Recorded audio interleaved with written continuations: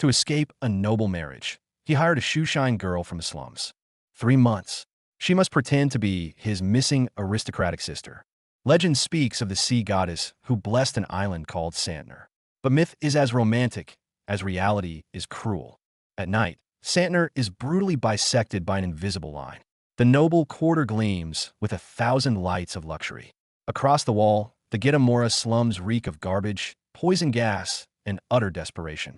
In the shadows, a bootblack who calls himself Abel is cornered by hulking men. They rip the disguise, snarling the truth. So, it is true. This brat is a girl. At the brink of disaster, a pair of icy blue eyes flickers open in the darkness. The girl fights back, screaming, "Let go of me!" But her struggle is a joke against overwhelming force. A giant, filthy hand, whistling with killing intent, closes in. The creditor, Nino, emerges. His anger is a venomous hiss. "I took you in, an orphan, out of pity, and you repay me by trying to skip town with my money." He issues his ultimatum. "You have 1 week. Fail to pay the protection fee, and you'll be facing men, not shoes." A few days later, Sansarina Square.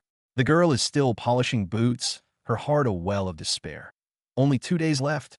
How can I get that money?" Not far away, a man sits on a bench, clutching a newspaper. The headlines about an arranged marriage ignite a roar of pure revolt in his mind. I'd rather die. 2 souls, trapped in separate hells.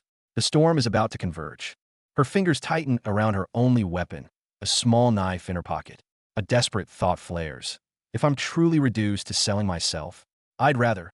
Then, her eyes land on the nobleman on the bench. The scandal about him, the details of his marriage contract from the newspaper, they click together in her mind like the final piece of a puzzle. Perhaps this is the last chance fate is giving me. The front page features the noble Cesar Bonaparte, entangled in scandal. Below it, a centuries-old announcement screams. Lucrezia della Ville, youngest daughter of her family, is enacting an ancient betrothal pact to marry the sole heir of the Bonaparte family. A servant fawns. "Young master, we've finally found your perfect match." Cesar finds it laughable. Lucrezia? A name, a woman he knows nothing about. That marriage contract is worthless in his eyes, only deserving to be crumpled and torn. In the square, Cesar scoffs, flicking away the cigar in the newspaper. My other half? They know nothing about her. He's hatching a wild escape plan with his aide. All of this is witnessed by the girl nearby. It's him. I'm sure of it. An equally audacious plan takes shape in her mind.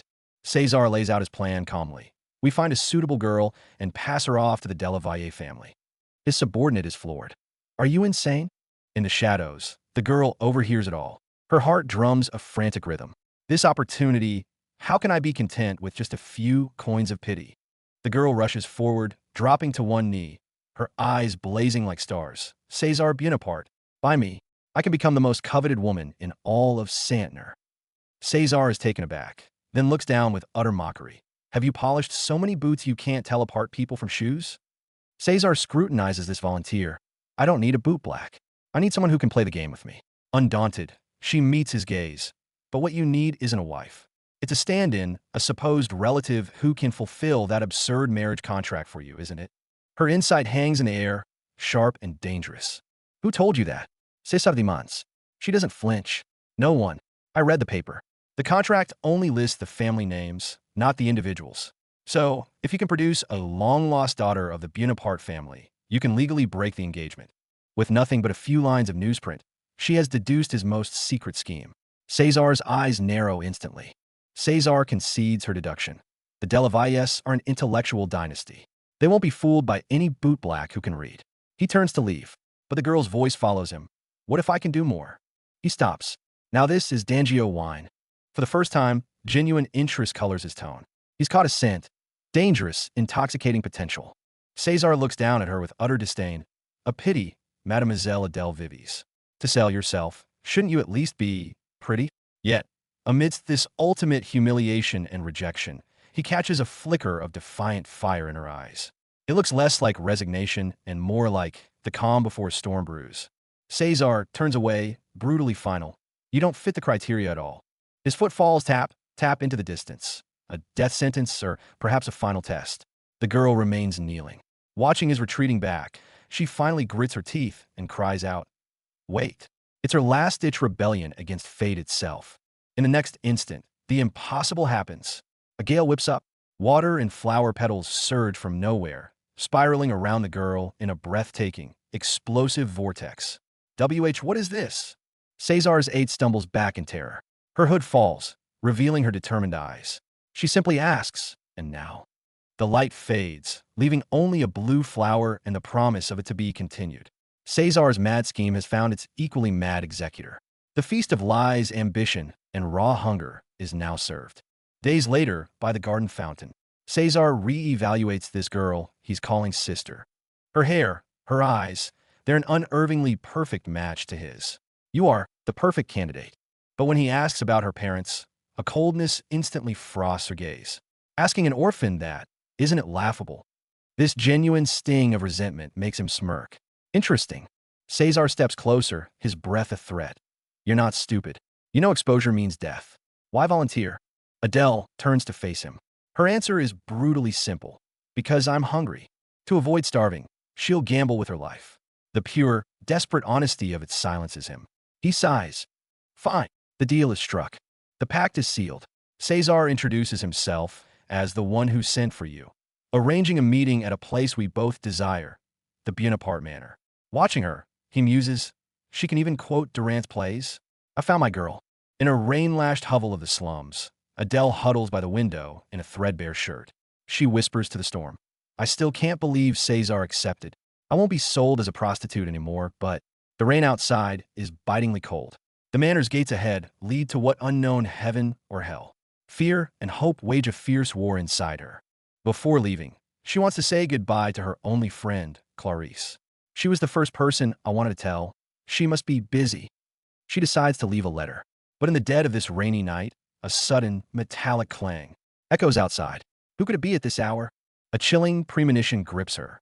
The door slams open. It's not her friend. It's her creditor Nino, his face twisted with rage. I knew it. I came to check on you. And here you are, trying to skip town with my money. Oh no, you don't. In the dark hallway, her escape route is completely cut off. Nino grabs Adele and slams her to the ground like a rag doll. You little bitch. Get back here. Pain and humiliation darken her vision, but stopping means death.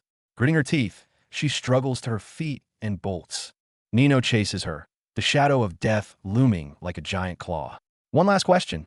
You know you'll die if caught. Why volunteer? Adele's answer is burned into her soul. As long as I can escape this place, I'm ready to offer my life. It's not bravado, but the raw, desperate cry of every survivor in the slums. The rain pours like a solid wall. Adele staggers through the mire, falling, scrambling up, her breath ragged. Rain, mud, sweat, or tears, it's all a blur. But the fire in her eyes never dies. To live, even if it costs her life, she will crawl out of this hell. On this same stormy night of Adele's desperate flight, elsewhere, an accident occurs. The shanty where Nino resides collapses under the torrential rain. He dies in this natural disaster. Meanwhile, Adele, soaked and disheveled, finally arrives at the imposing gates of the Bonaparte Manor. The butler Ernest is already waiting. Mademoiselle Adele, this way. The master is expecting you. All obstacles have been quietly swept away. In a lavishly warm room lit by firelight, Cesar stands in a robe, gentle as any doting brother. My dear little sister, why are you drenched to the bone? Adele stands before him, water still dripping, shivering from cold and fear. Her voice trembles, head bowed. There was a man, Nino. She begins her tale of the creditor who met an accidental end in the rain. Cesar listens, his smile deepening. See, this sister he chose is so clever, so adept at cooperation. The game officially begins. Cesar arrives, not as a savior, but as the storm itself. Adele flinches, the downpour outside, a chilling echo of her terror. Just hours ago, the man she feared most drowned in floodwaters. With Cesar here, is this newfound safety truly just a different kind of storm? The accident is anything but. Cesar presents Nico's death like a neatly wrapped gift. His smile is a silent, chilling declaration. I can erase your enemies as easily as I plucked you from the gutter. There are no loose ends now, except the one he's holding between his fingers. Boom! He casually drops another name, Clarice. Adele's blood runs cold. He doesn't just know her past. He knows the one person she died to protect. He's not just holding her life hostage now, but her entire heart. The deal just got infinitely more dangerous. The mission is laid bare, an impossible script. Seduce, and marry a stranger from a rival dynasty. He plans to rebuild her from the ground up, her speech, her body, her very soul, into a flawless forgery. She gets a 3-month runway to fool the world. One misstep, and it all crashes down. The deal is sealed, not with ink, but with fire. A single match illuminates Adele's resignation and Cesar's cold calculus. This flicker of light is her lifeline and her potential funeral pyre. Why 3 months? A cruel, poetic deadline set for his unwanted fiancée's birthday celebration. The most dangerous form of flattery. He praises her intelligence while pinning her against the glass, asking the ultimate trap question. Are you interested in me? This isn't romance. It's a power move designed to disarm her. Her eyes scream the answer he already knows. Round 1, checkmate. This sudden embrace isn't warmth, it's possession. His victory lap. The transition from a shoe shiner to a lady begins not with a curtsy, but with learning to breathe in the suffocating air of a gilded cage. To be continued promises not a happy ending, but a deeper descent. The mask slips. All pretense of being a savior or brother shatters. Cesar scoffs. She's nothing but a face from the slums. He mocks her, then drops a chilling, specific warning. Don't come to him at night. Adele isn't just a pawn anymore. She's a potential intrusion. The rules of the game just got infinitely colder. And she punches back. I'm not interested. You're handsome, but a little crazy. It's the perfect grenade. To her shock, it makes Cesar laugh with genuine delight. She just proved she's got a spine and a brain. The danger might have shifted, but she's now successfully captured the attention of a dangerous man on his own twisted terms. The identity forge is complete. Adele is erased. From today, you are Adelaide Bonaparte, Cesar declares, smoke curling like an oath. Call me Big Brother. The performance that will decide if she lives or dies has officially begun. Cue the opening act. He weaves her a fairy tale backstory. A lost noble girl, raised in poverty for 5 years. But his careful omissions scream louder than the story itself. He never explains why she's back. Because she's a kidnapped pea, not a long-lost heir. And this whole charade is to appease a far more powerful figure, his grandmother. Meet the real puppet master, Grandmother Eva, the matriarch who holds the throne and craves great-grandchildren. She's the one pushing the marriage, welcoming Lucrezia with open arms. Cesar's desperation makes sense now. He's not in control. He's rebelling against the true queen of the board. And Adele? She's a disposable piece caught in a generational war. A shocking moment of vulnerability, or is it another trap? Cesar reveals his own tragic past. His parents abandoned everything, including him, for love. It's a legendary scandal. He's testing her. Will she dare to ask the obvious, cutting question? More importantly, he's drawing a line. Don't think you can understand me. Lesson 1 is over abruptly. He dismisses further questions, shoves open a door to a new world, and pushes her into it. Adelaide Bonaparte. The name hangs in the air like a tombstone. The girl named Adele has officially been left dead in that room. What walks out is a creation. He looks down at his creation, a chilling blend of curator and executioner. I hope you'll become a true lady next time we meet, he says, his voice soft but the command ironclad. Adele understands. This transformation he's so eager to see is a form of erasure. He's excited to see just how well he's killed the girl she was. Her gilded cage awaits. Epony leads her to her humble room, a sweet fit for royalty. Adele's jaw drops. This modesty is a language her slum-bound soul doesn't speak. When Epony corrects her in formal address, the first real lesson is learned. Here, even a whisper must be a carefully chosen note. The first torture, a bath.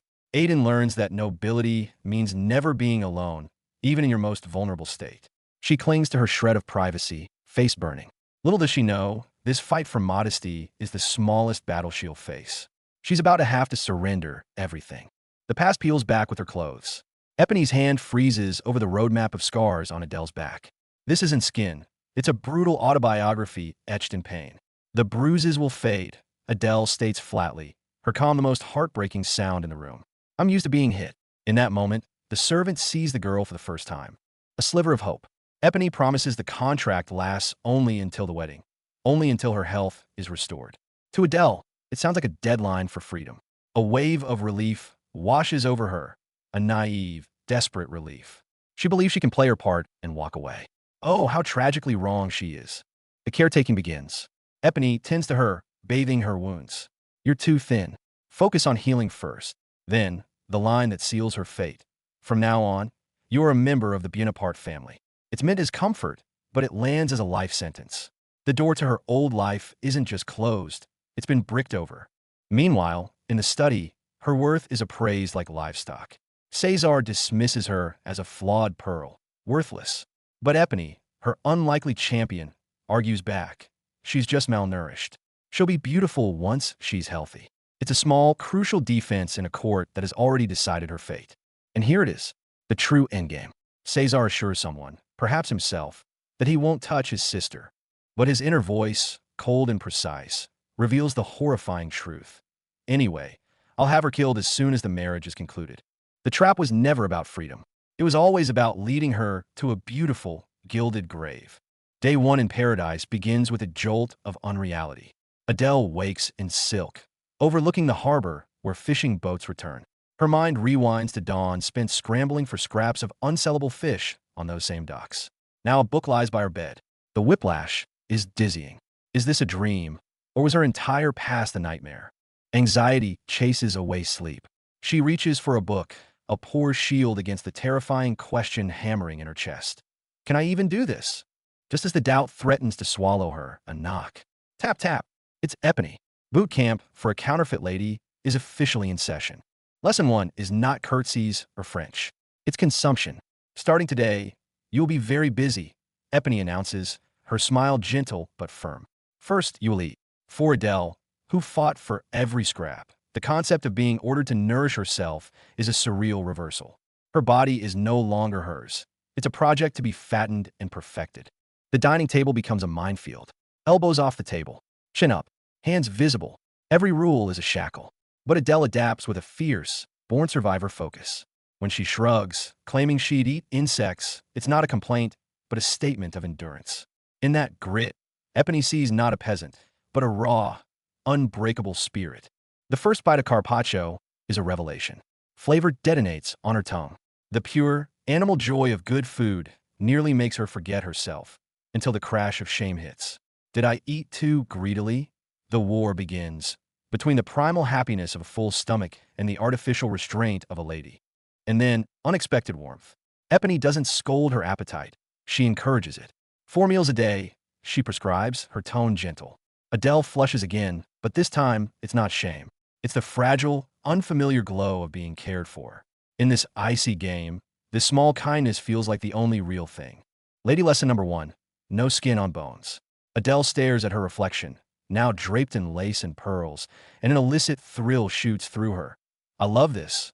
Epony guides her through the manor, gallery, billiard room. Every opulent corner whispers the same seductive, dangerous lie. You belong here, even if you had to steal the key. But the tour ends on a chilling note. Epony leans in, voice low, revealing the manor's strangest rule. If the young master calls for you in his bedroom, you enter without knocking. The air grows cold. Adele senses hidden skeletons in these gilded halls. Who else lives here? She asks. 6 people, Epony replies, including me. The silence after that number hangs heavy with unnamed dread. Our slum girl Adele has officially moved into the Bonaparte estate, a devil training camp. At first, it felt like heaven. 4 warm meals a day, learning basic etiquette with the gentle maid Epony, touring the luxurious manor. For Adele, who used to polish shoes on an empty stomach, this was a dream. Lying in a soft bed at night, in utter silence, she realized for the first time just how quiet the world could be. This hard-won peace moved her to tears, but a faint unease lurked beneath. How long could this tranquility last? Epony began to transform Adele like she was styling a doll, holding the skirt, straightening the back, bending the knee, lowering the head. A standard set of curtsy movements, and Adele nailed it on the first try. Even Epony was shocked by her learning speed. This is pure talent. It seems Cesar wasn't wrong. This girl might actually have a latent nobility hidden within her. After a tiring day, Epony gently bid her goodnight, hoping the goddess of the oceans would watch over her. Adele softly responded. This unfamiliar, kind concern from another warmed the heart of a girl who had always relied on herself. The door closed, shutting out the noise and chill. For the first time, she truly felt the security of being protected. In the dead of night, Adele was almost afraid to sleep. It was too quiet. The silence reminded her of the constant noise of the slums. There, noise meant life. But the peace here felt like a silent judgment, a stark reminder of the immense chasm between her and this world. She was moved, but painfully aware. All of this was bought with 3 months of hellish training that lay ahead. However, dreams of peace always shatter without warning. Sleeping in silence? For some it's a luxury, but for her, it seems like a curse. The scene shifts abruptly. Icy seawater engulfs her, a sharp cry of "run" tearing through the dream. Is this the return of an old nightmare, or an ominous sign of things to come? The next morning, disaster strikes without warning. Epony slams the door open, shouting in panic, "Miss! It's a catastrophe! Get dressed, quick!" Outside, the legendary etiquette instructor, the beautiful yet cruel Madame Flavia, has arrived unannounced at the estate gates. Adele's idyllic break is over in a second. The frame freezes on Adele's panicked figure, barely dressed in a morning robe. It's over. The calm before the storm is always terrifying. The real trial is about to hit her right in the face. Rudely awakened at dawn, Adele was still groggy. What's happening so early? Before she could finish, Epony yanked her out of bed. No time to waste. Get dressed first. Madame Flavia's visit felt like an enemy invasion, a race against time. The scene shifts, becoming opulent yet cold. Madame Flavia makes her entrance. Narration sets the stage. Her family has served the Bonapartes for generations. She herself is a legend in high society, beautiful as a masterpiece, but her teaching methods are notoriously cruel. She is the teacher, but also the first torturer in Adele's fate. As predicted, their first meeting is a direct hit. Adele rushes out in her mourning robe, instantly drowned in Madame Flavia's scolding. What impoliteness! Look at yourself. Why are you dressed like this? Before Adele can explain, the second wave hits. Who gave you permission to answer? See that? Class-based contempt makes even speaking a sin. Adele is stunned by the scolding. Bowing her head, she fumes internally. What does she even want from me? Wasn't she the one who asked? Right then, her savior. No, her contractual employer Caesar arrives. He immediately spins it. I wouldn't have called upon you if she knew how to behave. Listen to that tone. A perfectly defended investment, more than a person. The moment Caesar enters, the atmosphere shifts. He preemptively uses the aristocrat's favorite tool, hollow courtesy, to silence Flavia. A kiss on the cheek leaves her utterly flustered. Ah, Sir Caesar. Look at her blushing. Caesar's beauty diplomacy is masterful. I wonder if you are free, but I'd love for you to join me for lunch. This isn't an invitation, it's a power play, asserting his dominance with both authority and charm. Caesar handles Flavia with ease, internally gloating. Very beautiful. That's why girls love me, right? Meanwhile, Adele watches the scene coldly. She knows the score. In the elegant games of these elites, she's merely a prop that needs fixing. This clarity stings more than any direct insult. After a brief calming, Flavia redirects her fury. The moment Caesar leaves, she drops the act. She yanks at Adele's collar, revealing the scars from surviving the slums. Her eyes turn venomous. Where do these horrible marks come from? In her eyes, Adele's mere existence is a stain on nobility. The insults escalate. Flavia attacks with the vilest assumptions. Did you get beaten while selling your body to drunks? She shrieks her verdict. Duke, this beggar won't do. We, the Bonapartes, have no need for this kind of lowly tramp. Every word is a knife, aimed to crucify Adele's very soul to the pillar of shame. Flavia's screams echo through the grand hall. She'll never be able to imitate the slightest noble behavior, even if you keep her for 100 years. She sees part of the truth and stabs it home viciously. It's obvious she's part of your plan to climb up socially with her body, isn't she? Every sentence is a heart-wrenching blow. Adele bows her head in apology, saying she'll do her best despite the humiliation. But Flavia isn't buying it. Do your best, you say? You think you can hide your lowly origins with these pathetic efforts? You think you can fool those who've lived their whole lives in high society? Adele's silence only fuels the woman's sense of superiority. But even the meek have their limits. Under relentless humiliation, Adele finally snaps. She takes a deep breath, lifts her head, her eyes no longer timid. She stares straight at Flavia and fires back clearly. I grew up with no parents, no one to teach me. I know I have many shortcomings. Flavia begins to smirk victoriously, but Adele pivots. But my brother, Caesar, believed I wasn't hopeless. That's why he brought me here to be taught. Checkmate. The ball is tossed right back to the boss. She delivers the final blow. So, madam, if you think his judgment is wrong, the implication is crystal clear. Do you dare question your young master's decision? Adele's counterattack is clean and swift, instantly flipping the power dynamic from lowly imposter to the sensitive accusation of questioning the master. Flavia is left speechless, her face a mask of shock and suppressed rage. Adele seizes the moment to add the standard apology. If my lack of manners offended you, please excuse me. Salt in the wound. This isn't an apology, it's a declaration of victory. Flavia's fists tremble, her internal scream audible. You miserable wretch. The frame freezes on Cesar's faint smirk, as if he heard everything. A caption appears, echoing the scene. Then why not discuss it directly with him? This is both a lingering echo of Adele's counter and a final warning to Flavia. Don't forget who the true arbiter of this game is. News of Adele's first counterattack soon reached Cesar. He found her, still trying to calm down, and gave an ambiguous review. Not bad, little sister. But he quickly pivoted, adding with his usual air of control, but you're not very good at adapting. You must show yourself to be more obedient. See that? His rules. You can push back, but never step out of line. You must learn to dance within the box he draws. Adele outwardly bows her head in agreement, but internally worries. He didn't see my bruises from training, did he?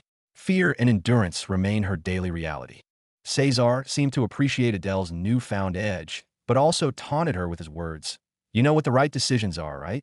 He chuckled, calling her by her false name, Adelaide. It felt like he was admiring a sharp work he himself was molding, while reminding her of her true nature. Alarm bells rang in Adele's mind. He's provoking me. This transaction was never just a simple exchange.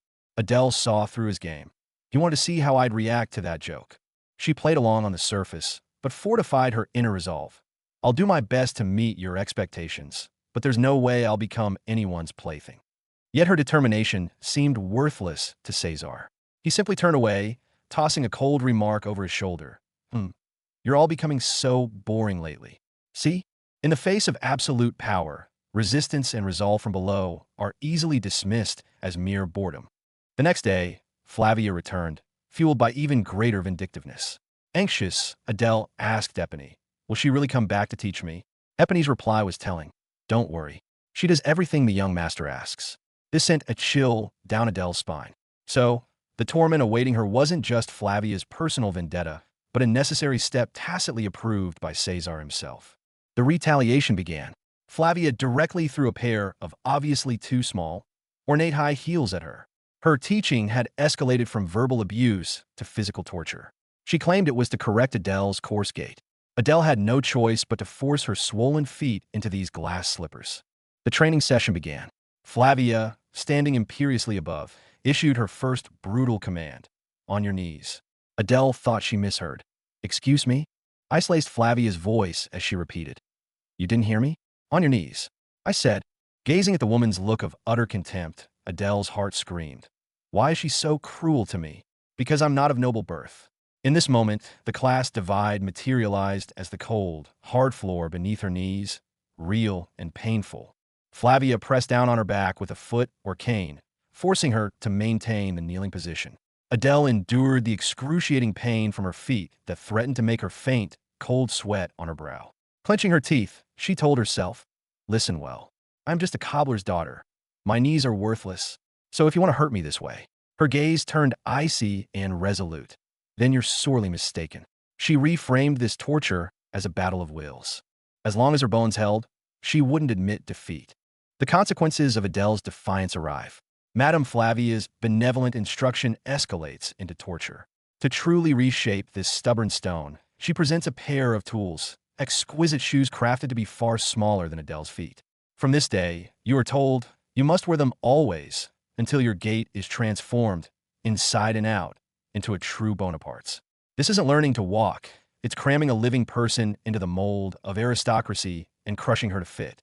The elegant box opens, revealing not a glass slipper, but a garrote.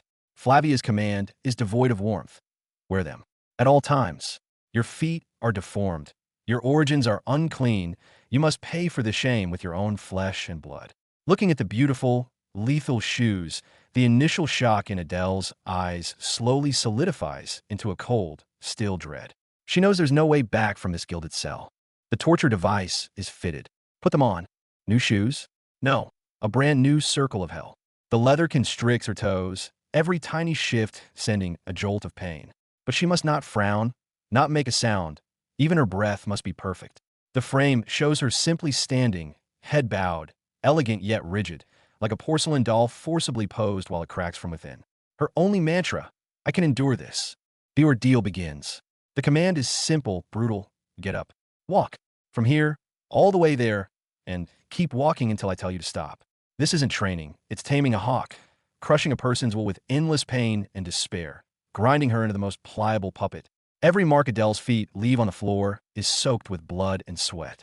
Her world narrows to the endless corridor ahead and the cold, amused gaze behind her. Finally, the breaking point. The body's and spirit's limits are obliterated.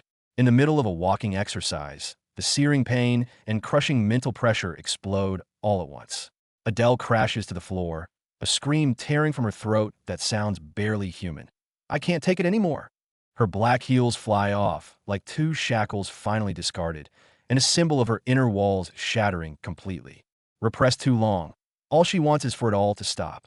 This breakdown earns not pity, but deeper humiliation. Worthless trash with no will to learn. Do you think you deserve a name Bonaparte? Get out! Flavia's roar is the final straw, and a calculated part of her script. She casts Adele out like garbage, yet wears a knowing smirk of contempt. Look, a gutter worm can never become a dragon. But Flavia miscalculates. Adele doesn't slink away far. She's followed, cornering her. The mask is off now. No longer the strict tutor, but an outright enemy. She lays it bare, offering money, a safe future, trying to lure Adele into abandoning the contract and the estate of her own accord. This was always the true objective. This girl is too stubborn. This cannot go on. Flavia yells at Epony, the attendant by Adele's side, trying to get rid of her. She doesn't realize this seemingly gentle maid is Cesar's eyes and shield placed beside Adele. Epony's calm reply, "My master ordered me never to be far from Mademoiselle Adelaide," effortlessly deflects her. This confrontation was never a fair fight. When bribery fails, coercion follows. Flavia steps forward, her heel tapping the floor, a crisp, cold sound that seems to hammer at Adele's dignity. Shoeshine girl, she pronounces the venomous title, syllable by syllable. Leave this house. This is where you belong. She aims to use the most brutal reality to shatter Adele's illusion. Money? A future? The price tag Flavia offers sounds like a sick joke to Adele. She lifts her head, meeting the contemptuous gaze, and her voice, though quiet, carries deadly precision. You hope my brother marries Miss Delavallee. That's your real goal, isn't it? One sentence pierces the flimsy facade. For the first time, Adele lands a precise, critical hit in this psychological war. Neither bribed nor cowed. She has seen the deal behind the deal. Flavia is stunned. She never expected this seemingly timid girl from the gutters to have such sharp political instincts. Adele watches the shock in her eyes, a faint, almost derisive smile touching her own lips. I thought you were here to fulfill my brother's wishes. It seems not. She emphasizes brother. I will inform him of this. Her gaze no longer falters. It's filled with unshakable resolve. Meanwhile, at the other end of the estate, Cesar is at the eye of a different storm. The old marriage pact between Bonapartes and Della Valles hangs heavily over his family. For a man so coveted, to have no heir is seen as a waste, almost a sin. He can keep up the act of the careless rake, but the weight of the family legacy must eventually land on someone. Adele was meant to be the key piece to break this stalemate, but that piece seems to be moving on its own. Flavia is livid. You greedy little wretch. Trying to negotiate for more. She can't stand that a shoeshine girl dares to see through and even reject her generous offer. But she doesn't understand. To Adele, the better future she paints, a safe, stable life away from the razor's edge, is nothing but a distant mirage. Someone wondering where their next meal comes from has no luxury to imagine tomorrow. Adele's gaze looks past the furious phantom of Flavia into something farther, more real. Not the grand estate, not the delicate pastries, but the dilapidated courtyard buried in her memory, the self that survived a month on a stale crust of bread. She says softly, money, and a future. What you speak of are luxuries to me. This isn't self-pity, it's brutal clarity. She knows who she is and what she needs. In the face of Flavia's ultimate insult, you're no better than a beast driven by hunger. Adele simply lowers her eyes. You are right, she concedes calmly. She is a beast that can gnaw through any obstacle to survive. And right now, an obstacle stands before her.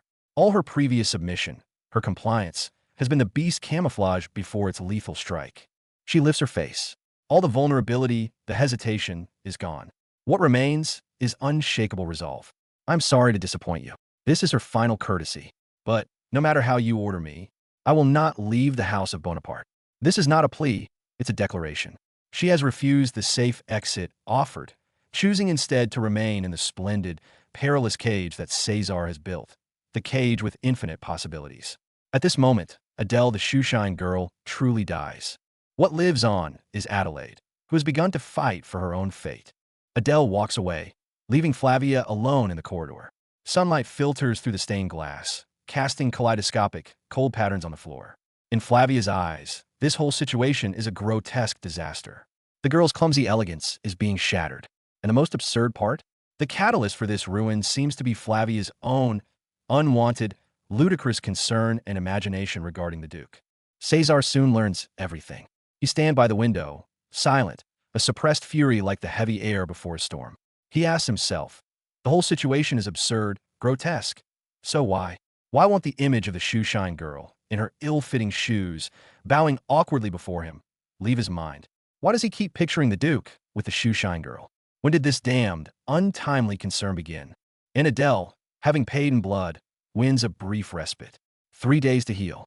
Flavia receives Cesar's severe warning not to overstep again. This skirmish she initiated ends in a draw of sorts, a mutual wounding, with Cesar stepping in as the heavy-handed arbiter. But Adele knows this is only halftime. A woman like Flavia will not give up. I must quickly find another way. Adele tells herself in the dark. She can't keep relying on Cesar's protection. In this game, she must learn to make her own rules. A week passes. Time flies by, soaked in the blood and tears of etiquette lessons. Adele's talent begins to manifest at an alarming rate. Correcting her accent, mastering aristocratic jargon, how to elegantly decline a gentleman's invitation. She absorbs it all like a parched sponge. Even the cruel Flavia is privately taken aback. This girl's capacity to learn is monstrous. Elegance is a mask. Agony is the face beneath it. She masters the perfect smile and posture to decline an invitation, only to break out in a cold sweat from the shooting pain in her feet seconds later. The attendant asks, "Miss, are your feet all right?" She forces a smile. "Yes, it's fine," but her trembling fingers and pale lips betray her. On this splendid stage, she is both the actor and the prisoner tormented by her own performance. Every step is a brutal wrestling match between grace and agony. Flavia's evaluation is unusually brief, yet heavy. Your conduct is flawless. Your ability to memorize after a single hearing is enough to convince anyone of your noble blood. This is the highest praise from an enemy, and a sword hanging above her head. You learn too fast, you pretend too well. If you slip, the destruction will be instantaneous. The atmosphere of the estate subtly shifts. New guests arrive, a delegation from the kingdom of Orcanina. Days ago, with Cesar's significant assistance, the second prince of Orcanina ascended the throne. This debt, the new king repays with lavish gifts and this delegation. The splendid estate, now with new pieces on the power chessboard, churns with deeper undercurrents. All eyes begin to drift toward the young duke about to return. Cesar's influence knows no borders. He can topple a kingdom's throne with ease and have the new king indebted to him. This power to shape nations is the real strength of the Bonapartes, and the reason he can afford his capricious ways in high society. His aid is never generosity, but calculated investment and long-term strategy. Adele, too, is merely the newest piece on his vast chessboard. He returns. Amidst whispers and admiring glances, Cesar Bonaparte re-enters his domain. The sun is bright, yet a shadow seems to cling to him. Favored by fate, blessed by the sea goddess, possessing everything to be envied, yet with eyes so empty they unsettle. Women discuss him, adore him, yet fear the abyss within. And he seems to relish this attention. He flirts with a beautiful noblewoman, the atmosphere thick with promise. Just as she blushes, on the verge of confessing, he withdraws instantly, like snuffing out a candle. He watches the hope shatter in her eyes, then smiles with utmost gentleness, telling her to know her place. He isn't seeking love. He's reminding everyone who is the sole master here. Just after dismissing another wishful admirer, his gaze catches a fleeting figure by the fountain. He narrows his eyes, as if savoring a delightful illusion. "I thought I saw a mermaid," he muses aloud. Then his focus sharpens, pinpointing Adele hidden in the column's shadow. He approaches, a teasing smile on his lips, his finger tracing her cheek. Even if the mermaid is right here. The air freezes. Ambiguity and testing hang between them like invisible threads, entangling them both. Trying to hide? Too late. Cesar found Adele by the fountain. His eyes are all over her. The game is on. I thought I saw a mermaid, he says, lacing his words with insinuation, directly comparing her to the catch. A shoeshine girl in noble clothing, a calculating predator. Between them, the air crackles with tension, a web of testing and pulling. The romantic bubble pops instantly. While waiting alone, Adele is cornered by drunk, entitled young nobles. Seeing an unaccompanied, barefoot beauty, their nasty minds jump to one conclusion: mistress for hire. The irony: they hurl the most vulgar insults, judging what they see as lesser folk. Adele? She doesn't even get a chance to speak. They go straight for contact. The leader, Henry, grins wickedly, yanking Adele from her hiding spot, her dress tearing, and then, splash. He shoves her into the icy fountain water. The moment she hits the surface, her dignity shatters. The other nobles either laugh along or watch coldly. Miss Lucrezia, the official fiancée, is grounded today for misconduct. Misconduct, what a genteel term for family control. The gilded cage imprisons more than just Adele. Her absence from the scene makes it all too easy for the mud to be slung at the mysterious newcomer. Flashback to the brutal training room. Adele's feet, which once trod the filth of the slums, are forced into ill-fitting heels, rubbed raw and bleeding. The maid Epony is frantic, desperate to tend to her wounds. The first lesson in becoming a noble lady? Learning to walk in your own blood. This isn't training, it's torture. Epony relents. She goes to fetch a wheelchair, letting Adele soak her aching feet in the cold fountain water while she waits. This brief moment of respite becomes the start of her nightmare.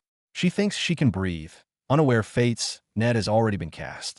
Soaking in the water, the cold numbs the pain and almost numbs her vigilance. She's still trying to psyche herself up, believing this hardship is nothing. I survived Jamora. True, she endured life or death cruelty, but she wasn't prepared for aristocratic malice. Danger approche. Adele overhears distant noble chatter moving closer. I have to hide. It's the instinct of a street urchin. She tries to shrink deeper into the water's reflection, praying the thugs will just walk past. The footsteps stop. An eerie silence falls. Thinking the coast is clear, Adele starts to relax and peek out. Bam! A man's face appears right above her. It's Henry, his expression dripping with malice, looking down at her like a prize. Well, look what I found. A woman hiding in the fountain. Henry goes straight for the grab, dragging her out like a drowned critter. Her dress rips under the rough handling. Shame and terror engulf Adele. Words fail her, choked by humiliation and the cold water. Henry, you've gone too far. One of his friends offers a half-hearted protest. More fuel than aid. Henry just smirks. I didn't push her. She fell on her own. See that? Reducing bullying to an accident. The girl floating in the water is the real, unexpected object to them. The humiliation escalates. They circle the drenched Adele, inspecting her like merchandise. Barefoot can't be nobility. Clothes too fine for a servant. Who are you, really? A prostitute who snuck in. Adele grits her teeth, staying silent. This angers Henry. Not talking. He leans in, his voice thick with malice and innuendo. Or is this what you want, you little slut? Then, a voice colder than the fountain water cuts through the noise like a blade. What are you doing in the Bunapar grounds? Cesar has arrived. No one saw him approach. He stands in the shadows, his blue eyes holding the calm before the storm. Cesar steps forward into the light. His gaze first sweeps over Adele, crumpled on the ground, then lands on Henry and his crew. Their bravado evaporates instantly, replaced by cold dread. There might be a damn Cesar here. Cesar counters, his aim precise, dismantling Henry's flimsy defense. His cold, contemptuous smile is more terrifying than any shout. Wouldn't your father be delighted to hear what you've been up to? In a Bonaparte manner, a single sentence, perfectly lethal. Henry, stung, loses control and tries to retort. Cesar's patience runs out. As the idiot sputters, smack, a sharp, resounding slap rings out. Cesar moves with lightning speed, the blow so hard it sends Henry stumbling, the world going silent around him. Cesar doesn't even glance at the stunned Henry holding his cheek. His voice is ice. You're the ones who've gone too far. You treated my sister like a whore. Shockwave. Everyone present, Henry included, freezes as if struck by lightning. Asterisk sister. Asterisk who? Asterisk her. Asterisk the shoe shine. Adele's mind blanks. She looks up at the man who just declared her identity. Cesar leans down, hand extended towards her. The gesture is both a rescue and a claim. Let's go, Adelaide. For the first time, in front of everyone, he calls her by her noble name. After the identity bomb drops, dead silence, then a storm of frantic whispers. His sister? No way. Everyone knows he's an only child. Faced with the uproar, Cesar only says one thing. That was in the past. Not anymore. His quiet, ironclad statement finalizes the identity of Adelaide Bonaparte once and for all. Cesar ignores the chaos behind him. He bends, effortlessly scooping the dripping, shaking Adele into his arms. This move is less about protection, more about broadcasting possession to every witness there. Asterisk, see her? She's mine. Asterisk. On the way back, Cesar's voice softens for once. He looks down at the shivering girl in his arms, sighing, I told you not to overdo it. Adele whispers back, I didn't want to be a laughingstock to disgrace the family. Don't say such nonsense. Cesar cuts her off, a note in his voice she's never heard before. Almost tender, we're family. Boom! The words detonate in Adele's barren heart. Family. She grew up like a weed. No one, even in jest, ever called her that. Tears instantly flood her eyes. But this warm, fragile bubble, like soap in air, pops the moment they cross the mansion's threshold. Cesar's expression plummets to sub-zero. He sets Adele down and turns to the hurrying Epony, his voice cold. You, get out. The door closes, leaving only the two of them. The brother who said, we're family is gone. In his place stands the Bonaparte patriarch, Senator Cesar. He advances on her, his voice burning with fury. Who gave you permission to leave your room? Adele tries to explain. Cesar doesn't listen. Fury and fear make him lash out. Why do you think those vultures surrounded you? Your beauty. He looks down at her, his gaze cruel, be honest. On some level, did you enjoy their leering? A gut punch, harsher than being thrown in the fountain. This is the real Cesar. To protect his priceless plan, to safeguard the Adelaide decoy that must remain flawless, he can offer a moment of fake warmth, then tear you apart with the cruelest words. Adele's cheeks are still wet, but her heart has gone cold. Cesar turns to the window, his back to her. His voice is weary but unyielding. Today was your last warning. One more failure, the contract ends early. You know the consequences. The dark garden outside mirrors the darkness of his current thoughts. The plan comes first. Always. Alone in the center of the room, Adele has journeyed from hell to heaven and back to a deeper hell in just an hour. The family warmth he offered, born of a contract, proved to be cheaper and more fragile than a soap bubble. Unbeknownst to them, from a high, dark vantage point, a pair of eyes has been quietly watching the entire spectacle unfold. Adele's humiliation, Cesar's shocking declaration. Everything tonight has become a fascinating move on a much larger chessboard. That one word, sister, shatters the social scene. Cesar cradles Adele, whispering to her for the first time, we are family. It's a statement that pierces through walls she's built in the slums over a decade. For a moment, she clings to a light she's never known. But back in the cold fortress of the Bonaparte estate, the moment shatters. Cesar's fury returns. He demands to know where Epony is, sneering at Adele's inability to stand. She apologizes humbly. Her reckless act nearly exposed the entire scheme. Fear saturates her gaze once more. He stoops lower, using the vilest language to shred her dignity. Looking down at her prone form, he spits cruel words. Is this your fantasy, Adelaide? Does being touched by multiple men excite you? Is that what you learned on the streets? Any man will do. This isn't a lover's jealousy. It's the rage of a master watching his pawn disobey. Cesar himself frays at the edges. Gritting his teeth, he rasps, otherwise, why would those pieces of trash dare do such a thing in my garden? He's furious at Henry, yes, but also furious at her for putting herself in danger. Within his rage lies a possessive, unacknowledged instinct to protect what's his. The performance must go on. He issues a final warning to Madame Flavia, then orders Adele to rest for 3 days. It's a punishment and a decree. The plan has reached the point of no return. Alone in his study, Cesar dissects the events. Henry Peccio is a worthless heir, yes. But the real question is, where did he find the courage? Why him, in that particular garden? This was no drunken accident. The realization hits him like a physical blow. Adele's role as his sister is now public knowledge. The original plan for a seamless swap is dead. He takes a drag from his cigar, resolving to the most insane path forward. Now, whatever happens, I must turn the shoeshine girl into a Bonaparte. Watching her recover in the bath, the conviction solidifies. Her wet green hair, pale skin, even her unnecessarily ample form. He knows this beauty is a weapon, but he also senses the danger it poses to him, a temptation that threatens to undermine his own control. Yet he must crush that flicker. Summoning Flavia, he states his bottom line. Do not let me find her physically harmed again. You understand. It isn't protection. It's an edict to preserve his most crucial asset. Meanwhile, Madame Flavia, the fallen queen of etiquette, seethes in her rage. She's convinced it's all an act. That little slut planned this. She aimed to ruin me. Losing Cesar's favor has twisted her loyalty, pushing her firmly towards his enemies. Gossip, like a toxic fog, seeps through high society. 3 days ago, the Duke carried a barefoot young girl straight into his inner sanctum. The scandal ignites endless curiosity. Who is the woman that captured Cesar Bonaparte's heart? Behind the whispers, countless eyes watch in the dark. Lady Genevieve senses the undercurrent. Feigning illness, she flees the gathering to pen a letter. Its target? Lucrezia della Valle, Cesaresse Fiance. She writes with sweet venom, inquiring what kind of vulgar woman could possibly ensnare his attention. It's not a comfort.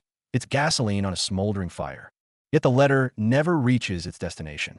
A pair of mysterious hands intercepts it well before Lucrezia's doorstep. It's torn, shredded, and set aflame, turning to ash in seconds. The writer thought her move secret, but it's become bait in a larger game. Someone is pulling the strings from above.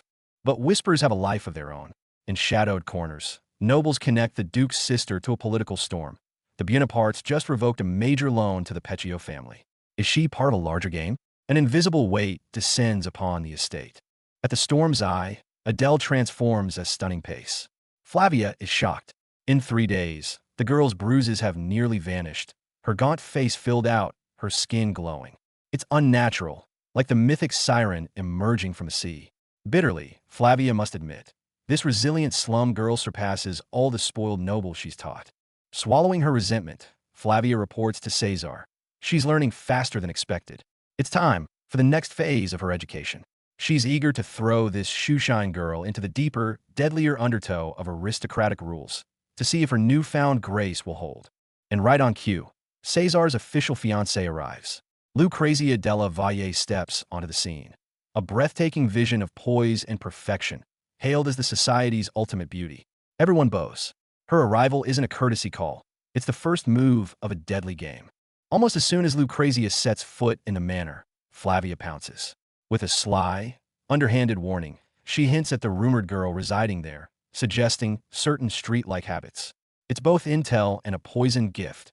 A dagger placed in Lucrezia's hand, blade pointed squarely at Adele.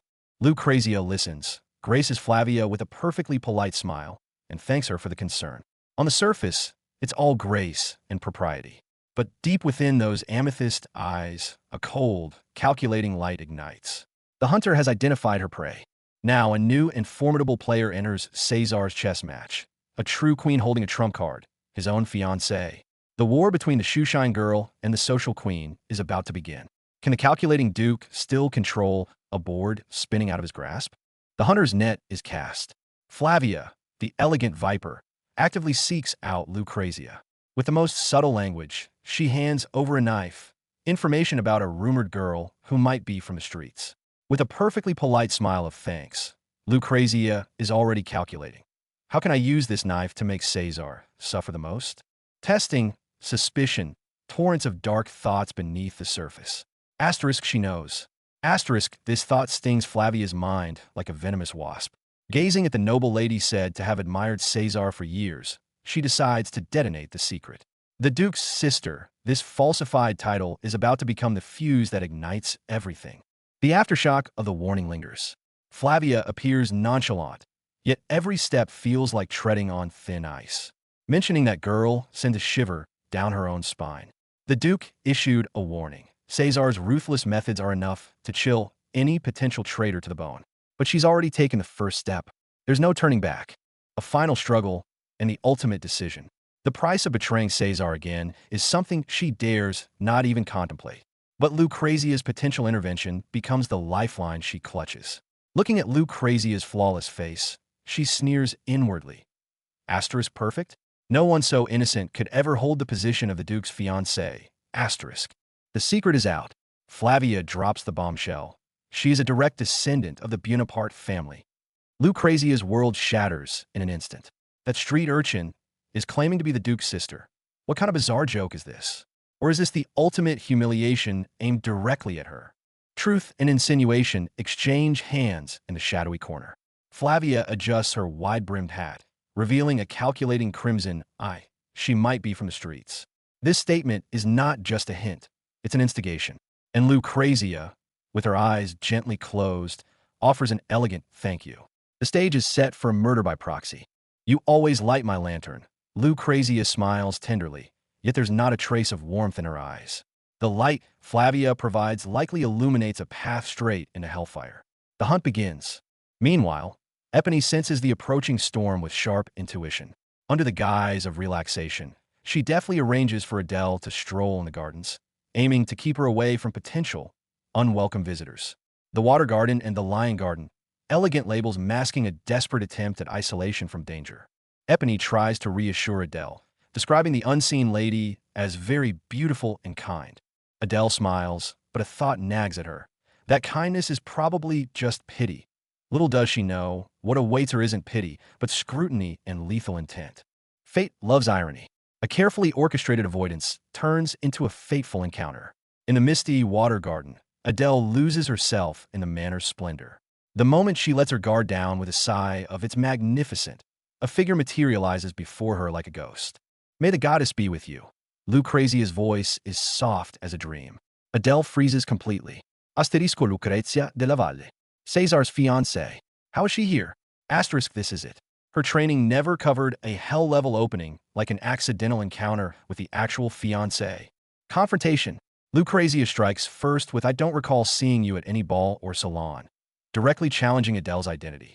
Adele's heart leaps to her throat, but 3 months of brutal training kick in. She steadies her voice, answering calmly. "I haven't been formally introduced to high society yet." First round, a draw. The showdown. Knowing she can't evade it, Adele takes a deep breath and utters the fateful name. "I am Adelaide Bonaparte." Boom! The words detonate in Lucrezia's ears. Asterisk Bonaparte. Asterisk, she laughs at first, thinking it's a new high society jest. But Adele's tranquil gaze extinguishes her laughter. This is no joke. A lie, once started, demands bigger lies to sustain it. Adele steels herself, spinning the tale of separation from her brother due to circumstances. Every word feels like a blade scraping her throat. Lucrezia moves from shock to acceptance, but a storm brews in the depths of her eyes. "So you live with the Duke?" she asks, each word laced with a venomous hook. The probes intensify. Lucrezia drops the ultimate question. "Have you ever considered leaving this place to see somewhere else?" It's an expulsion, a death invitation in disguise. Any flicker of hesitation from Adele would be an admission of being an outsider. But Adele's eyes turn ironclad. "I intend to stay with my family." This resolute reply slams shut all escape routes and ignites a white-hot fury in Lucrezia. Adele is bewildered. Lucrezia's expression is too flawless, too unreadable. Is she that good an actress? Or am I just too nervous? Another massive obstacle. Meanwhile, Lucrezia bids an elegant farewell. The moment she turns, a cold, inscrutable smile touches her lips. After the polite, "It was a pleasure to meet you," Lucrezia leaves her final, most chilling blessing. "May the sky and the dew protect you from murderers." The air freezes. This is no blessing. It's a naked threat. She's warning Adele. "Your life is as fragile as morning dew, and I can snuff it out anytime." The bystander sees clearest. Hidden in the shadows, Epony breaks out in a cold sweat. Asterisk, Lucrezia knows something. Asterisk, what chills her to the bone isn't the probing questions, but that venomous blessing. This has moved beyond aristocratic jealousy. This is a declaration of war. She must report to Cesar. Immediately, the carriage departs the manor.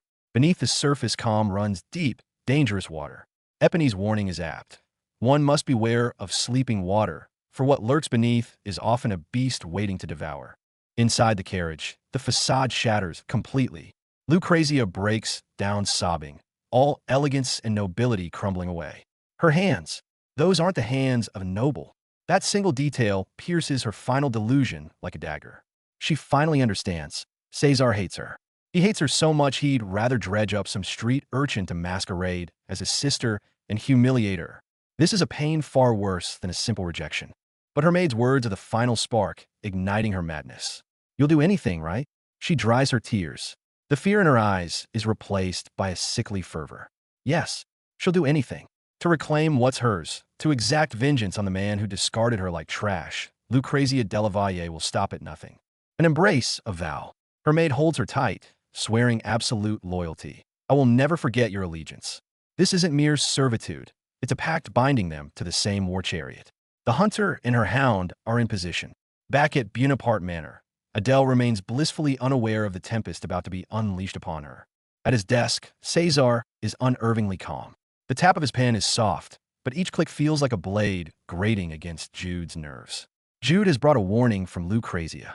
Cesar doesn't bother to look up, dismissing it with a frigid, if that even counts as a warning.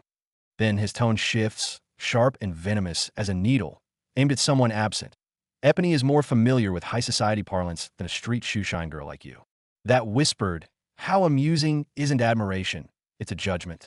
In his eyes, the girl from the gutters is still just a tool. A plot takes root in the shadows. Bathed in the study's lamplight, Cesar's pen stabs the paper, ink blooming like a drop of suppressed fury. His order is ice cold. Find out who leaked that information. To secure her safety, or rather, the safety of his entire charade, he's decided to assign her a full-time personal guard once the banquet ends.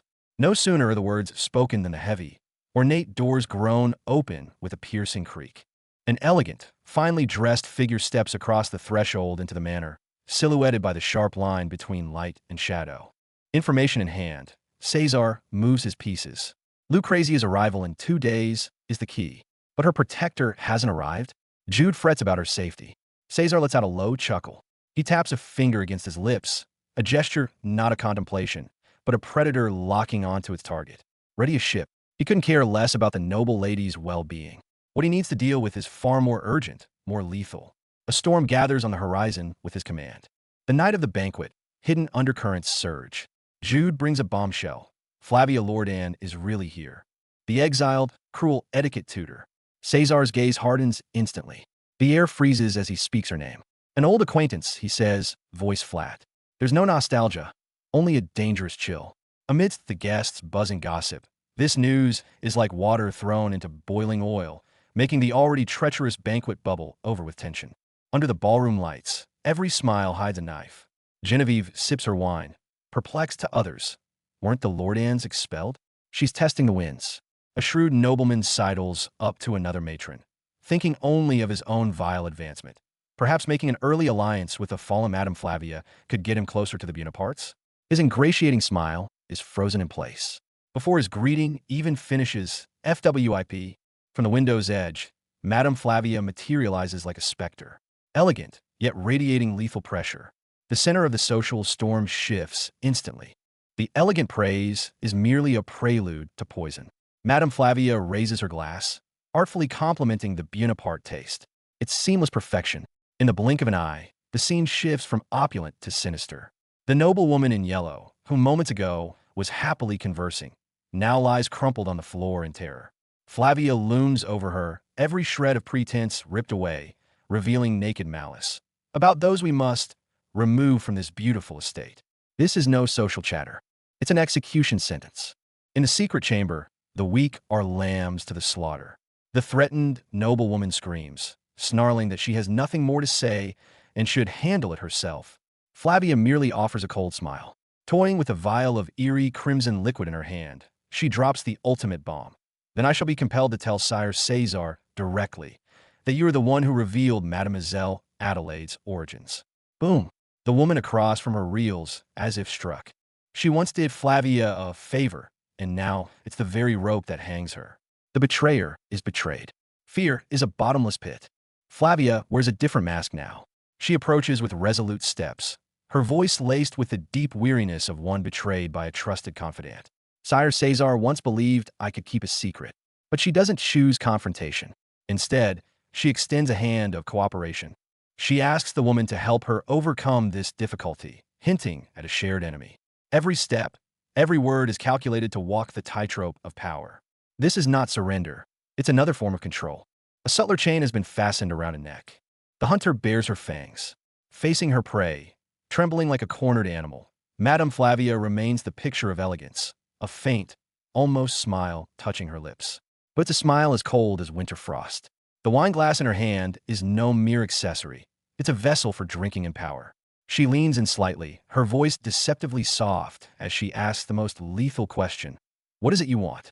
This is no inquiry. It's an ultimatum. Her purple eyes don't reflect a person. They reflect the final, desperate thrashing of captured prey. The ball has begun. Music floats through the castle. Down in the grand hall, it's a whirl of silk and perfume, the perfect masquerade of high society. Upstairs, in Adele's room, the air is thick with a different tension. Epony, who should be her guide and companion, is abruptly summoned away. Cesar requires another report. About her. Alone before the ornate vanity, the lamplight casts Adele's composed face in sharp relief. An absence can be louder than a presence. The scrutiny aimed at her is everywhere, even in the silence. Adele addresses her reflection in the mirror, her words cool and lucid. I'm not a noble lady. I have no obligation to attend. Epony insists she'd be the sensation of the ball. Adele only murmurs back, do you think so? In her mirrored eyes, a flicker of self-mockery and deep concern. A sensation? No. She knows the truth of her position.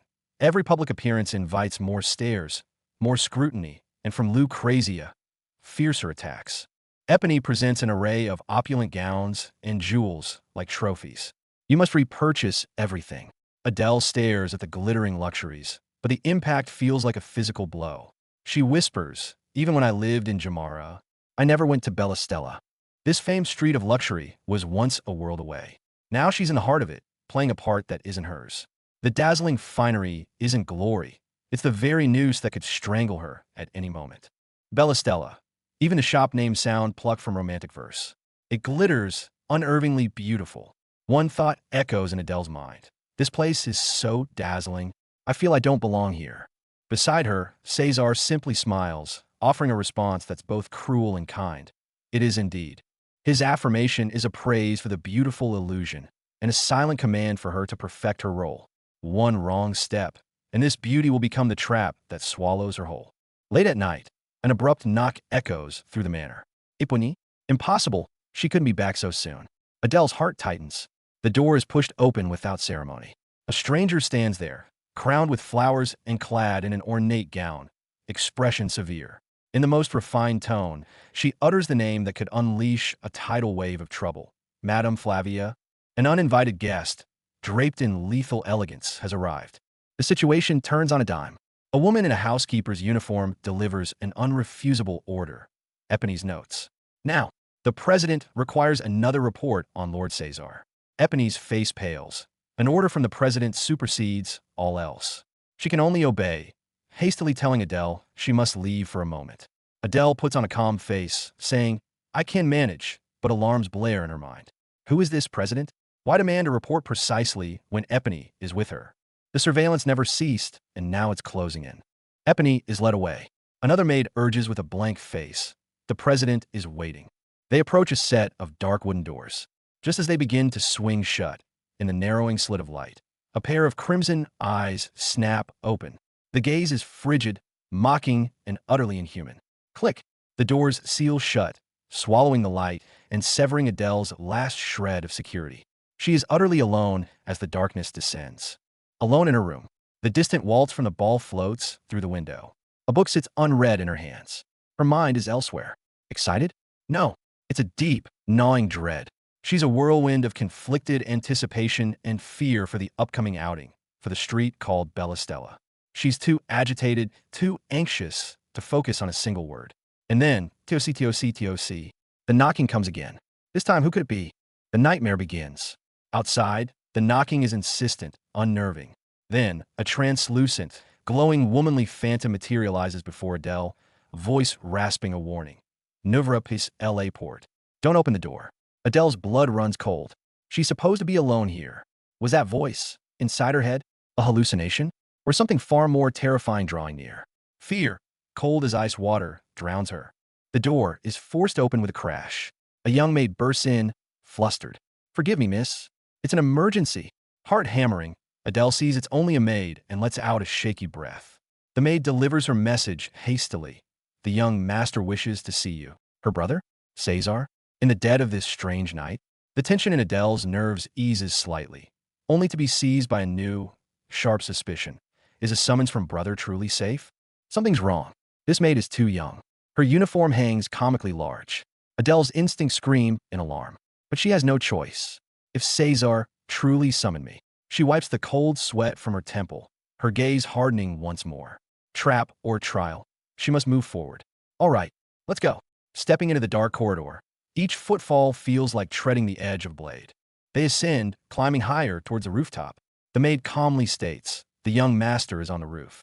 Adele drapes the scarf embroidered with the KB crest around her shoulders, her unease mounting. Why the roof?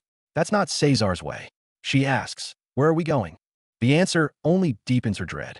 The moonlit stairs don't lead to the warm study, but to the high, night-shrouded, perilous expanse above.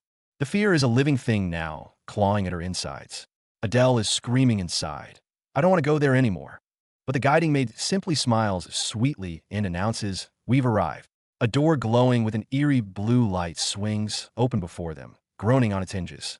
The next instant, whoosh, the passage behind them collapses into rubble. The escape route is gone. Ahead lies the unknown blue glow. Behind, a sheer drop. She is completely, utterly trapped in Hunter's game. Adele bolts. The hem of her white gown flies as she races down the stairs. But the danger is faster. A dark shadow flashes, a brutal strike lands. A dull thud. The attacker seems to have collided with something herself, stammering a frantic, "I'm so sorry." But the assault doesn't relent. In the cramped stairwell, the scene erupts into chaos. A frantic chase collision screams. The raw instinct to survive shatters all pretense of etiquette and disguise. The final battlefield is the rooftop. Under the cold moon, the sweetly smiling maid reveals her true face, a predator. Eyes sharp, a smear of crimson at her lips. She shoves the figure in white towards the roof's edge. Boom! Adele plummets like a broken doll, hands scrabbling uselessly at the empty night sky. Below her waits the cold, unyielding ground. The fake sister, the hollow contract, the 3 months of training, none of it matters in the face of death. The hunt has reached its climax. To be continued. Is the fall the end? We cut back to the glittering celebration. Amidst the cling of champagne flutes, Cesar, the youngest priori in history, accepts the crowd's adulation. Handsome, wealthy, brilliant, his future is limitless. Guests whisper he is the perfect marital prospect. The figure falling from a distant rooftop, the sister he crafted and propelled into danger, seems, for this moment, utterly disconnected from this hall of glory. The murmurs of who he will marry are the soundtrack to this ball. With elegant grace, Cesar excuses himself for a moment. "Pardon me." He pushes open a set of ornate doors, stepping into a space washed in moonlight. His posture is confident, his figure imposing. He's off to attend to his urgent matter. No one knows he may be walking toward the murder scene that has just begun. Escaping the clamor for now, Cesar sits alone in a quiet room, finally letting out a sigh. A bit of peace at last. A sly, triumphant smile touches his lips.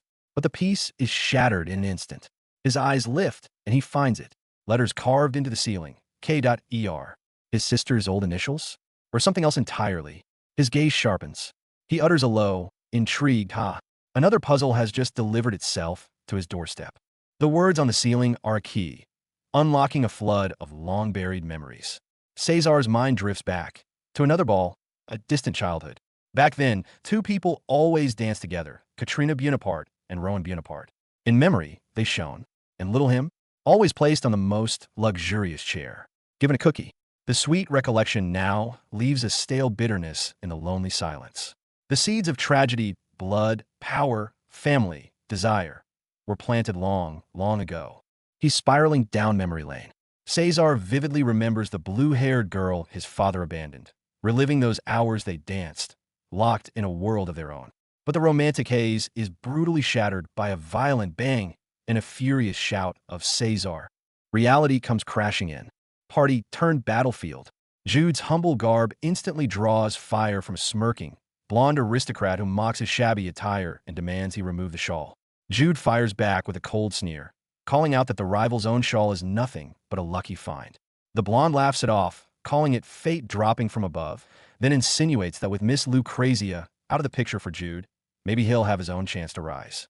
This isn't gossip. It's a war of status and minds. A lethal test. The blue-haired man holds up the plaid scarf like bait, his words weaving a romantic fantasy of a destined owner, but his eyes are icy knives fixed on Adele. He drops the bomb directly. "Did you really think I'm marrying out of fear that Lucrezia would steal my wife?" Hidden behind the scarf, Adele's golden eye widens in shock, she recognizes the K.B monogram. It belongs to Katrina Bonaparte, Cesar's missing mother. A chilling question explodes in her mind. If this is his mother's heirloom, why did it fall from the sky? Is this a honey trap or a frozen warning? Rainy night, murderous intent. A cold voice cuts through the downpour. Where did you pick this up? The next moment, BM. A man in an ornate black uniform mercilessly shoves a girl in a light dress backward. She cries out, "I'm sorry," but this scene screams that apologies are worthless. Violence and interrogation collide on a rain-slicked street. Deathly fall. Under the torrential rain, the blue-haired girl plummets from the rooftop like a snapped marionette. Above her, a white-haired youth lunges desperately over the edge, arms outstretched to catch her. At last, "I remember," he cries out in agony, as memory and dissent hit him simultaneously. What did he recall? The plot that caused her fall, or the reason he'll risk everything to save her? Exposed and hanging by a thread, the blue-haired girl, dangling upside down, drops the pretense. "Your Lou crazy is maid." The maid below panics, firing back. Did she order you to do this? Terror and duty war on her face. The girl has no time for debate, screaming, "Just pull me up. I'll settle with your mistress later." But as the maid reaches out, the girl lets out a blood-curdling shriek. And no, a deadly warning. The blue-haired maid's smile is glacial. "You poor fool. Do you sincerely believe she'll spare you after what you've done? She'll kill you to cover this up." Her words are a blade, instantly shattering the other maid's resolve. The servant clutches her head, refusing to believe her young mistress could be so cruel. But the blue-haired maid's command is absolute. "Then hurry up and help me climb back." It's coercion and the last chance for survival. Brutality. On the rain-soaked street, a hatted man rages like a madman, howling as he stamps his foot mercilessly on a crumpled girl. Bam! D. I said die. Each stomp carries the force to shatter bone. This isn't a fight, it's a slaughter. The girl is defenseless, writhing in agony under the onslaught, plunging into the abyss. D. With a vilest curse, the girl in white, with blue hair, is struck down from the darkness, plummeting like a shattered doll into the infinite white below. Above, the violent red BM scatters like spattered blood. Below, a hand stretches up in futile desperation. This is the scene of a murder, the final moment of the fall. The return of destiny. An owl's cry slices the night sky, leaves swirling. A voiceover booms. The youngest leader in history, head of the Bonaparte family, a man beloved by fate and gods, Cesar Bonaparte. Yet the man himself is caught off guard by a falling leaf, stumbling back slightly with a frown. The grand pronouncement of destiny clashes wonderfully with his current awkwardness. The gears of fate are turning for him once more. An eerie calm under the stars. Adele lies on the ground, gazing up, while Cesar collapses beside her, face bruised, muttering, "Unbelievable." He anxiously checks on his little sister, noting she seems unharmed. But in the next instant, his expression hardens, eyes sharp as he barks, "Stop." The camera cuts to Adele. Her cheeks are flushed, eyes brimming with tears, and her body is racked by violent, uncontrollable tremors. This isn't calm. It's the soul-shuddering precursor to a storm. A rooftop confrontation, truth closing in. The woman in white accuses a maid in Bonaparte livery of pushing her, claiming the maid said Cesar wanted to see her. Cesar wears a slight smile, but his eyes are fathomless. "Me? I asked for you." He points to a crouching figure in the shadows. "That's Lucrezia's servant." I'm sure his certainty isn't for the victim. It's a direct accusation against his real enemy, his fiancée. A three-way standoff begins. Chapter transition. No plot narration. Chase on the roof. A dead end. A blonde subordinate catches up to Cesar, panting, and shouts in frustration. The culprit was too fast. "I couldn't catch them." Cesar only asks coolly, "Why did he go up there?" Of course he fled. The subordinate, exhausted, yells, "What? I can't hear you. Speak up." Cesar's final response is two icy words. "Ignore." He's already seen through the script of this play. Whether his subordinate caught anyone is irrelevant. His real prey is someone else. A seductive trap at midnight. Adele sits on her bed in a thin nightgown, blushing with anger. "You plan to come to my room dressed like that?" My shawl flew away. Cesar leans against the doorframe, his gaze sweeping over her. "That little scrap of fabric wouldn't cover much anyway," he retorts. He closes in, finally dropping the bombshell question. "So if it were urgent, would you let me sleep with you?" Adele's heart pounds, her face crimson. This isn't a question. It's a lure with a sharp hook. Touch and restraint, a silent battlefield. Cesar's hand rests lightly on Adele's arm, but his mind races. "Frankly, I have no idea what she's thinking." The next moment, he jerks away as if burned, turning with a frustrated hand through his hair. Adele merely looks down, murmuring a soft thank you. In that delicate space hangs all the unspoken palpitations, doubts, and that damn contract. Conflict erupts, old wounds torn open. Crack! A sharp sound, and Cesar stumbles back with a pain grunt. Adele asks in alarm, "Are you hurt?" But Cesar's hand whooshes toward her face, his inner contempt surfacing. This shoeshine girl. On the floor, Adele's eyes blaze with fury. "Now you're worried about me?" The past humiliation and this sudden, confusing proximity clash violently within her. The deadly allure of danger and healing. Cesar looks down at Adele, a dangerously charming smile on his lips. Has she forgotten I crush her feet? The panel cuts to a close-up of Adele's swollen ankle, the mark of his past violence. Then his voice softens, whispering amidst romantic floral shadows. "And what if I told you yes? Would you be my personal nurse?" He perversely ties brutality to tenderness, harm to salvation, and throws it all at the girl he once shattered. Romantic moment, brutally interrupted. Just as the tension peaks, a frantic, sweaty voice shatters the air. "Mr. Cesar? Miss, are you all right?" It's Jude. Adele's expression shifts instantly from dazed to razor-sharp, her golden eyes gleaming with icy impatience. A single TSK says it all. It's Jude who is left flustered by her reaction. Regaining her composure, Adele ends the chaos with a command. "Let's start by going to my office." Control changes hands in an instant. The game of power, setting the net.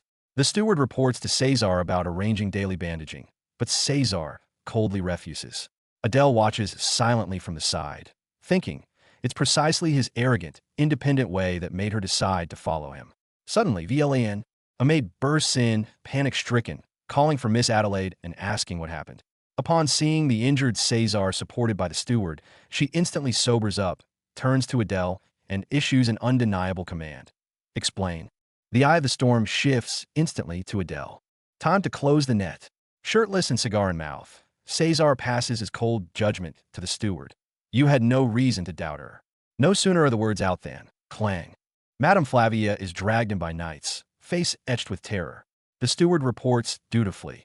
"As you ordered, I commanded the knights to imprison Madame Flavia Loredan and stop anyone from leaving." Cesar looks down, asking the final question. "Is the boat ready?" The guest he's sending off is no guest at all, but his former mentor and current traitor. A secret exile is about to commence. The price of the rule. Adele walks through the courtyard with a companion, only to turn and find, to her horror, Cesar already standing silently in the room, greeting them with a smile. There she is. He walks deeper inside, his steps a light tap-tap. Adele finally understands why one mustn't knock. Knocking is a signal to those inside that danger is coming. But now, without warning, the danger, Cesar, has already arrived. He turns, issuing an invitation. "Adelaide, come sit." It's not an invitation, it's a summons. Eerie calm before the meeting. Adele stands by an ornate, carved bed, whispering to the man beside her, "Next to me." Then, the door creaks open, light flooding in. A maid announces, "Miss Lucrezia Della Valle is here," and adds to the man by the bed, "Get closer." Outside, the dark-haired Lucrezia blushes slightly, her eyes flickering with shy anticipation. Inside the room, a carefully staged meeting is about to begin, and the man by the bed. Who is he? Intimacy and voyeurism, a double trap. Surrounded by purple roses and chains, a shirtless Cesar holds Adele, apologizing for seeing him like this. But on the floor's shadow, the silhouette of a woman holding twin blades is unmistakable. A close-up reveals a pair of violet eyes, accompanied by a sinister doom sound. Their private moment is under the fixed gaze of a third eye from the darkness. This isn't romance. It's an embrace under a hunter's crosshairs. Awakening. At the banquet, a terrifying violet light erupts from Lucrezia's eyes. In that moment, her mental defenses shatter completely.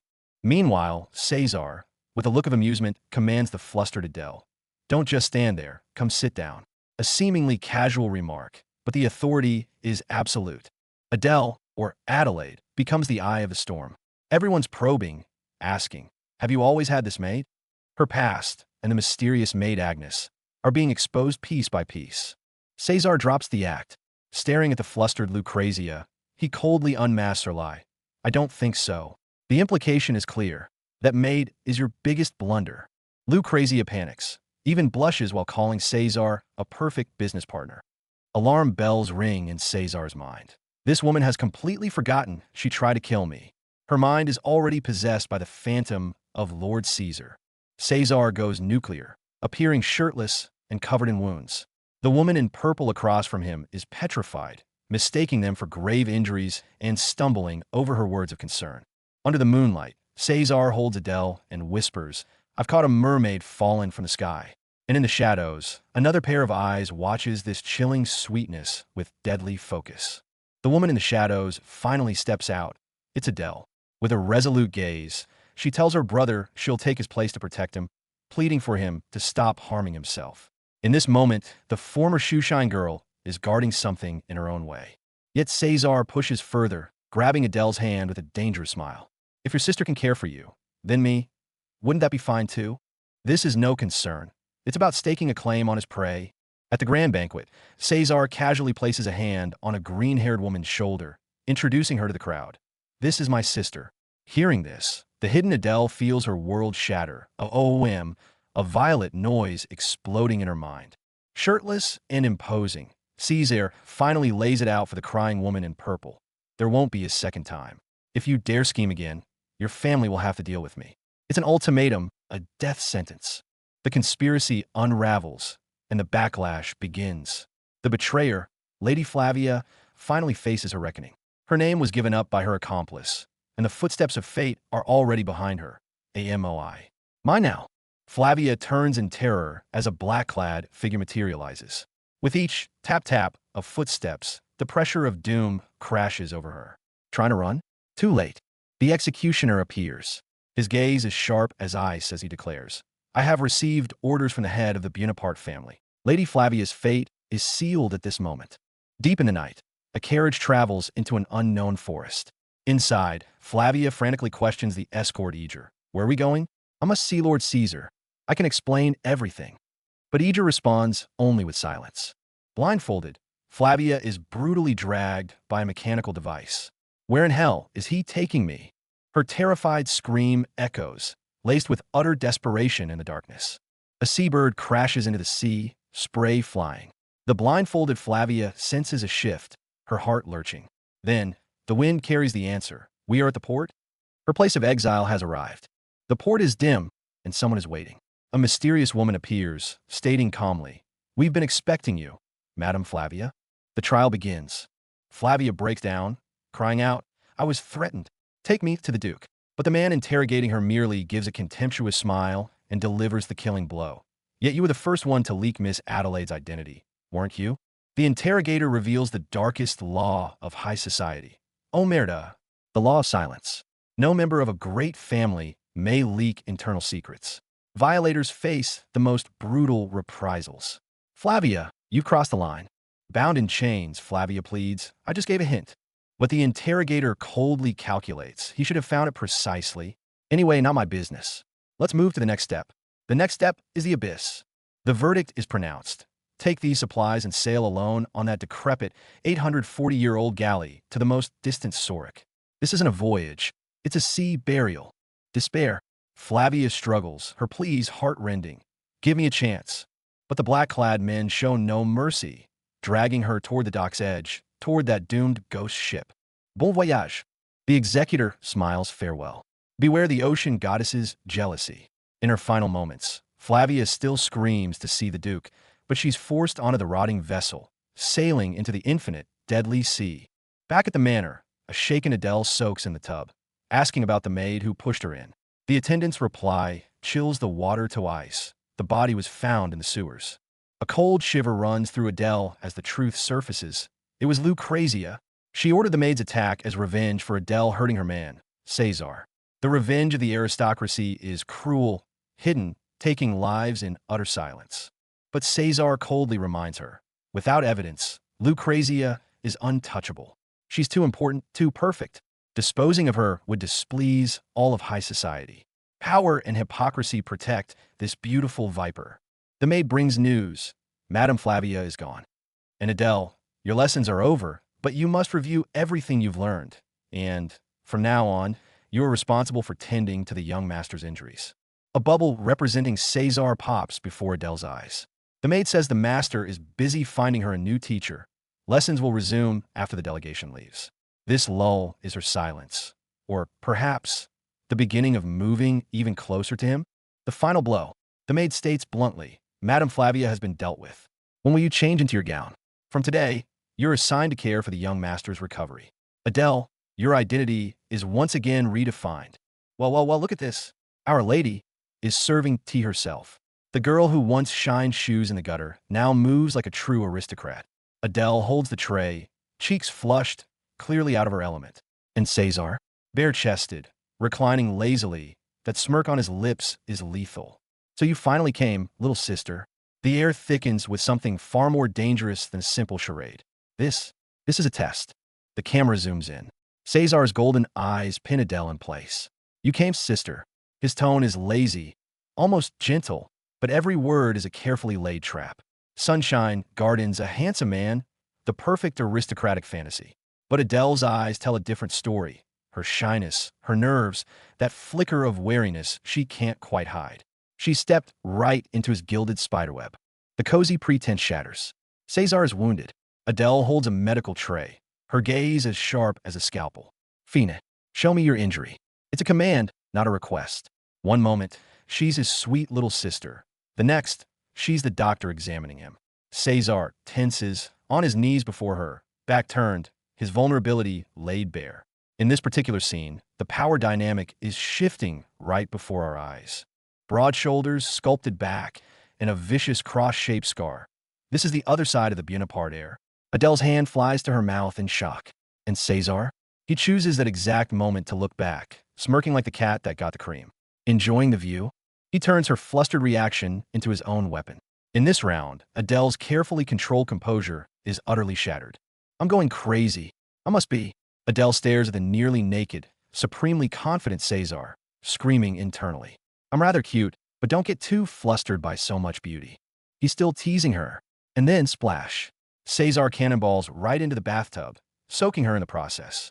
This big brother is a completely unpredictable, dangerously attractive beast. Rage. Adele erupts. Pointing at the injured but still provocative man, she demands to know why he's trusting his care to someone with no medical training. Her hand clenches a pair of scissors with an ominous clack. Her eyes are as cold as ice.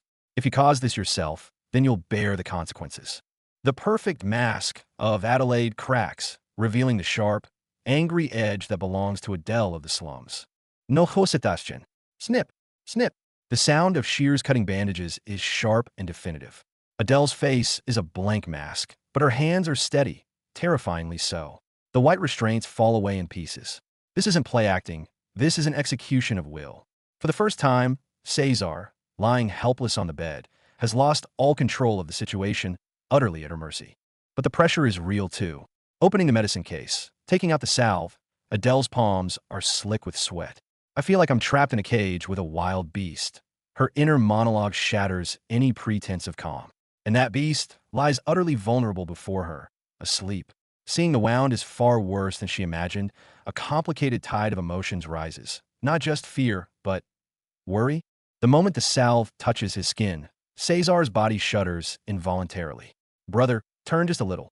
Adele's voice is soft, but her intent is ironclad. Cesar grits his teeth, only managing one word. No, this isn't a medical procedure.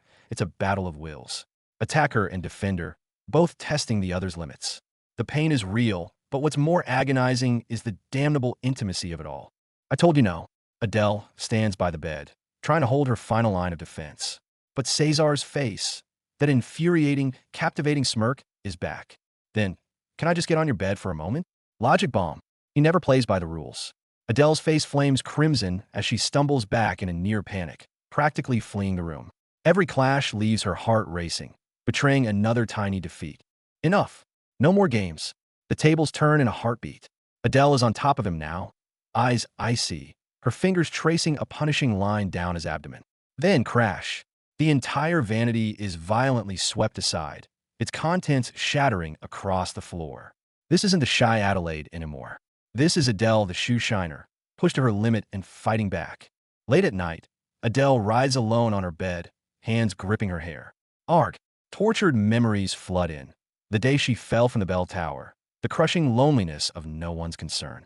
But what torments her more is now. Cesar's bare back, his teasing smirk, the tight line of his lips when he was in pain.